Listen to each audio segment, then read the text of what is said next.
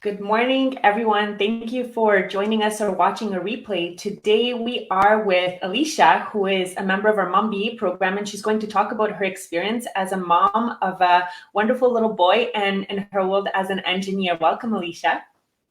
Hi, Kenina. Thanks for having me. Thank you for joining us. So let's jump in. Tell us about yourself. Who are you as a mom and as a professional? Yeah, so I'm a mom of a little boy, as you said. He's a energetic, goofy 4-year-old. He's a lot of fun. In my career, I'm a mechanical engineer. I like to say I help power producers stay reliable on the grid. So I do that through managing maintenance contracts. So I've got several different power plants that I work with. We manage all the maintenance at those sites. So mechanical engineer by education and more on the services customer fulfillment side. So that's me at work. And in addition to that, I'm a hiker, I'm a gardener, and I've got a busy husband too. He's a lawyer. So I do a lot of travel for work. So we're very busy as a family for sure. Let's take the opportunity to dive deeper into your work as an engineer, because I recently attended a conference and we talked about engineers being the ones who build the world, really, right? And so needing to have more women in the profession to build a world that is also more women friendly. And I'm so honored to be able to work with so many engineers, because it's a very demanding profession with long hours. Sometimes you're the only woman in the room. And as you mentioned, you're in the field for extended periods of time. So could you tell us more, for those who don't know so much about the profession, what an engineer does on the ground? Like, what can an adventure like that look like for you, because you're away for long stretches? Can you tell us about, let's say, a power outage or one of the tasks that you manage? Yeah, sure. So I just finished a big project, a big outage. I had 3 units that I was working on there. I had a gas turbine, a steam turbine, and a HRSG. So for me, I'm more on the management side, so I manage all the project teams. So everybody kind of comes up and deals with, I'm at the high level trying to make decisions on what scope we're going to complete and how that affects the customer and how that affects our financials. And I'm kind of in the middle of everything for management. I was on site for that outage for 37 days, which was a long time, especially with a little one at home. I think it was the last time I had to do a long outage like that was 2 years previous. So usually I've got a couple big outages a year, sometimes just one, sometimes two. And it's on site, basically tearing the whole unit apart. So taking the whole thing, all the pieces off and putting them all back on. And for that big outage, I had over 100 people on site. So it was massive. It was huge. It was a big responsibility. It was a really great experience for me. Yeah. I'm so proud of you when I hear those stories, truly. It seems like it's a big undertaking, a lot of people. It's big to be away from your family for such a long period of time, and to be a woman doing this work, right? Like you're a role model for people who are aspiring in this profession to grow and to do something exciting. So tell us about your journey in the community and how you joined the program and the changes it's made for you. So how are you gaining more confidence, and you've grounded yourself really in a sense of calm that's had a ripple effect on all aspects of your life, from your personal to your professional life. So tell us what that looks like for you. Yeah, sure. So I think for me, when I became a mother, I didn't realize how difficult it would be to be, a working mother, because I always knew I wanted to keep working and I wanted to keep that in my as part of my life. Especially who works so long at something, you want to kind of keep it up and not lose it. So I didn't think it would be so hard to kind of go back. And I was a contractor at the time when I had Felix, so I had to go back relatively early. So I was dealing with a baby who still didn't sleep through the night, and then I worked at a repair shop at the time and as a repair engineer. So the transition was really difficult, and my role ended there, and I moved on to the role that I'm in now when Felix was just a year old. So to make that transition to leadership when I had so much going on to figure out, all the transitions that you have when you have a little one, right? So going from, okay, well, things will get better. Things will get better when this project is done. Things will get better when Felix can sleep through the night, when he's done napping, so kind of thinking like, okay, well, things will get better in time, and they do. But I think when I came across your Pros and Babes, and when I came across the program, I was thinking, okay, I can't wait any longer for things to get better. I need to kind of take some action for myself. So I think I came across your program when I'd already started to make some changes in my life, because I knew something had to change for me to be able to make it through, because I do have a high stress job. So I was already on that path, and I kind of came across and was a little hesitant. I wasn't too sure if it was going to work out for me, and then kind of exposure through your group and getting little tidbits here and there. I'm like, okay, well, maybe there's something here, and maybe there's something here that I'm not really recognizing. So that's how I kind of joined and found the program, and it really has worked well for me. Like you said, my stress management is much better, both for just mindset is something that I didn't really consider before the program as something that would have a significant impact on how I work day to day. So that's been really, I think, the biggest thing for me, because there's a lot of content that I've come across through the program and through the speakers that you put together that I don't think I would have ever come across on my own. So it's been really helpful to take all those pieces and put them together, and to have that accountability through the weekly calls to kind of keep moving forward. So so for those wondering what the program looks like, when you come in, you get a one-on-one session with me, and also for your strategy for your life, essentially, right? We look at those 12 pillars, then we design your vision board, your strategy board for your life, and we focus on where you need to make the shifts. The mindset shifts and what you want in life in order to be able to create that experience of life that you want. So for you, Alisha, calm was the kind of the piece that really shifted the dial on everything, right? And you have visual reminders, you have accountability from the group, and then all the content on a month-to-month basis reinforces where you have to nurture that calm. Is that how it's working for you? Yeah, and I think it's been really interesting, the repetition through. Like, it's not like you're seeing this similar content in different ways throughout the program. So it's kind of reinforcing, and if it doesn't quite click the first time, sometimes like later down the line, you kind of, oh, okay, that's how it's going to work for me. So yeah, it's been really good. Yeah, and tell us about your interaction with the community, because there are quite a few women in the program at this point. So what are you gaining from your exposure to them? It's just really, so I'm always the only woman in the room, so it's nice to be in a room filled with women who are trying to make an impact in the world. So that's just something that I don't see on a day-to-day basis, and that's just right now the services industry. So I'm working to change that, and we'll get more women in and working where I am. But in the meantime, it's just really great to be part of a community where you see like-minded people, and just see, like, I see myself reflected back in the other women in the program, which is really cool. Yeah, absolutely. And I think that's also one of the reasons why you got support to participate in the program, right? So you would have that community of support of women who understand what you're going through. Can we dive into how you approach that, how you made a case for getting that support with your employer? Yeah, so after I kind of figured the program would work well for me, I took it to my manager, and I said, okay, well, I think I'll get a lot more, confidence in my leadership ability by being exposed to other women who have that same, a similar mindset to me, because I think that's really something that's, when you're the only woman, you kind of look around and you say, okay, well, look around you at work and say, okay, well, should I do it like my peers do it when they operate quite differently? So it's given me a lot more confidence in my own leadership style to be part of all these women. So I went to my boss and I kind of talked about how that I wanted that like leadership experience or like leadership exposure, so I could develop myself that way. And he was really positive about that. And just the other thing I talked about was like wanting to shift from this like firefighting mode and kind of be more proactive and planned. And then I thought this program could help, and it really has. So yeah. Yeah. So if anybody, because we are preparing with women to get the similar type of support, would you have any tips on how to approach their leadership and present the case for joining the program? So what I did was I called my manager first and I got his buy-in, and then I called HR because HR has to make the final decision.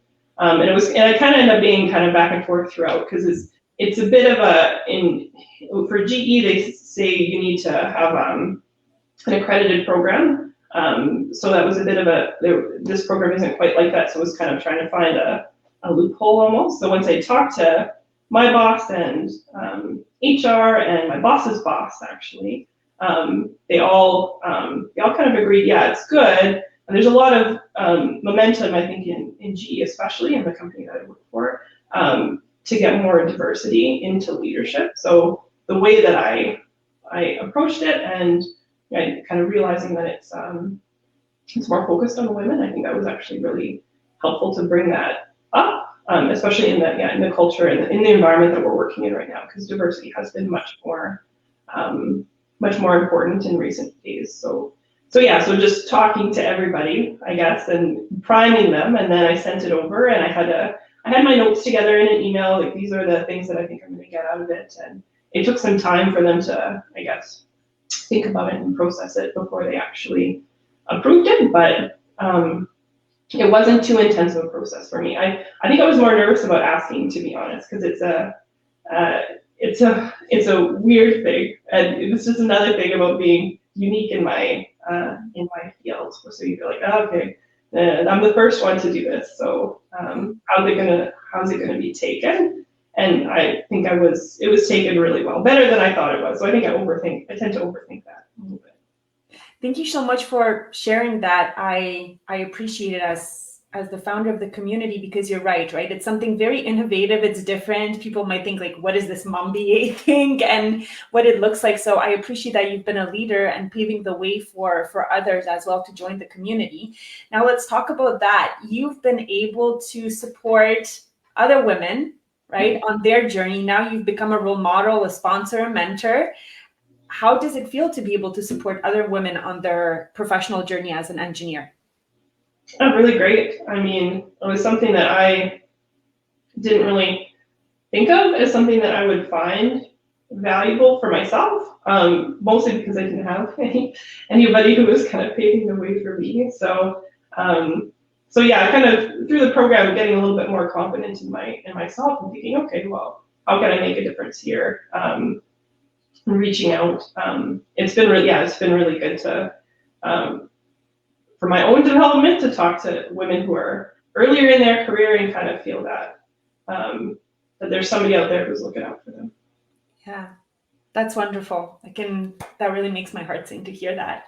So let's talk about you joining the program and the fears and the hesitations, and then how you finally decided to make that leap, because for everyone it's scary. It's an investment, right? Like any educational program, you have to spend the money, and so that can be scary, and you're wondering, is it going to work for me? And you and I had a couple of conversations. So walk us through that process of where you decided, like, okay, I'm going to do it. Yeah, so I think for me, I was already on this like personal development journey, and I kind of felt like I could do it myself. So it seemed like a lot of money to spend on something that I figured I could do myself.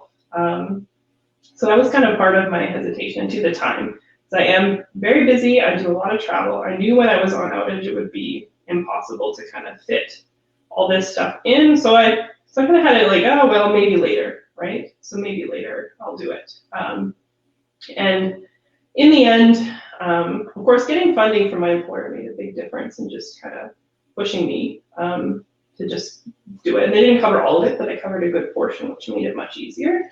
But at the same time, I think thinking of that connection piece and being part of a couple of the calls to see how that might look, it's not something that I get elsewhere. So I knew that was something that I really wanted. And then talking to you about the visioning and the visioning piece, and really kind of solidifying what I want in my 25-year plan. So going through that was also important to me. So between the connection and long-term long-term vision. That's why I decided to kind of go for it. Absolutely. So evidence for those of you who are curious too, we just pulled up some research about leadership programs for women in STEM or male-dominated fields, and there's an extremely catalytic power in having that long-term vision. So women who do persist in those difficult professions, for women, right, have a catalytic vision. They rely on supportive coaching relationships, and so that's well documented that helps with retention. Alisha, what are your thoughts on communities like this or programming like this supporting a 30 by 30 goal, right? We have a goal in Canada and in Alberta to have more women in STEM and engineering professions. And I guess in the geoscience profession as well. Do you think that more of these support systems and communities of influence like that could help inch us closer to that goal? Oh, definitely. I think for me, when I took this leadership position, there wasn't a lot of people who wanted it at the time. It was, like I say, it's a very stressful job. So I had the right connections in the right place at the right time. So I kind of went for it. But if I didn't have somebody else pushing me, I don't know if I would have got here. And it's been really, like, I do really like being in a management role now. So I think having programs like this, where it kind of pushes you to think about, okay, well, what are your capabilities and what do you really want to do and what impact do you want to make? You can think more about that, like long term, and what the leadership opportunities are there that could help you make that impact that you want to. So yeah, I think these are really great, and it's really I guess the accountability and the continuous follow up that's really helpful. So yeah, I think there's so much there that can help with getting into the next stage of the leadership role that I can see. So yeah. Thank you. And when you talked about some people, for sure, almost everyone will have that thought, like, I'm going to do it by myself. Right? So now you talked about the accountability piece. What would you say to somebody who says, I can do it by myself with now what you've experienced? You can do it by yourself. It's just going to take you a long time, I think. I think that's been the biggest thing that I've noticed is I've made so much progress in such a short time, and I didn't expect to per se. I just kind of thought, okay, well, I'm going to learn a few things, and it's just been so much faster when you have support. And I think that's one thing that I didn't. I heard a lot of people having like coaching, right? Like as an idea, as something that somebody else would do, and that's something now I'm like, okay, there's actually really a lot of value in somebody kind of. When you put it out there and you have a group of people who kind of says, okay, well, what about this and what about that? Like you get a lot more perspective. And I think I don't always do that, like that check-in. I feel like I've been on my own as a mechanical engineer in a male-dominated field, just trying to figure out my own way, which has been necessary, but it's really a lot easier if you have somebody there supporting you. Yeah, absolutely. Okay, we're going to be close to wrapping up. Can you talk more about the trickle effects of mindset and calm on all the different aspects of your life, from your personal life to how you perform in your professional role? Yeah, so I think you mentioned calm. Peace for me has been, and it was something I didn't really recognize from the beginning. I was very stressed, very busy, very like feeling like I didn't have enough time. I had so much to do, and I was never going to finish everything. And frustrated at my husband, like not really being the parent I wanted to be, and not really being the worker I wanted to be either. So thinking about that piece and just it's just been much easier on my relationship to think about it that way and to think differently. Because now I think more. Because time was one thing, like I had to do everything right away, and being at peace with not having to do all the things that I want to do over my life. I have time, right? That's really helped in all areas. So both with my husband and the things we're doing at home, and with my son, and then too at work, because there's so much there's so much that I'm exposed to at work and that I have responsibility for. So deciding where I'm going to get into all the details and just being at peace with the fact that I can't get into everything that's been really helpful in my leadership journey too. So Wonderful. Okay, last question for you, Alisha. Why are you glad you joined the program? it's just there's just so much. I think in the end, it's just made a really positive difference in my life. So I'm just happy with all the really great changes that I've made through the program. Wonderful. And if people have any questions, is there a way to follow up, whether posting a question in the Facebook group or any way to connect? Yeah, and if you tag me in the Facebook group, I could respond there or send me a message in Facebook too. I'm on there, so. Thank you. All right, Alisha. Well, I will see you backstage. Thank you for your time today and wish you a lovely day. Thank you for spending your Saturday morning with us. Thanks for having me. Thank you.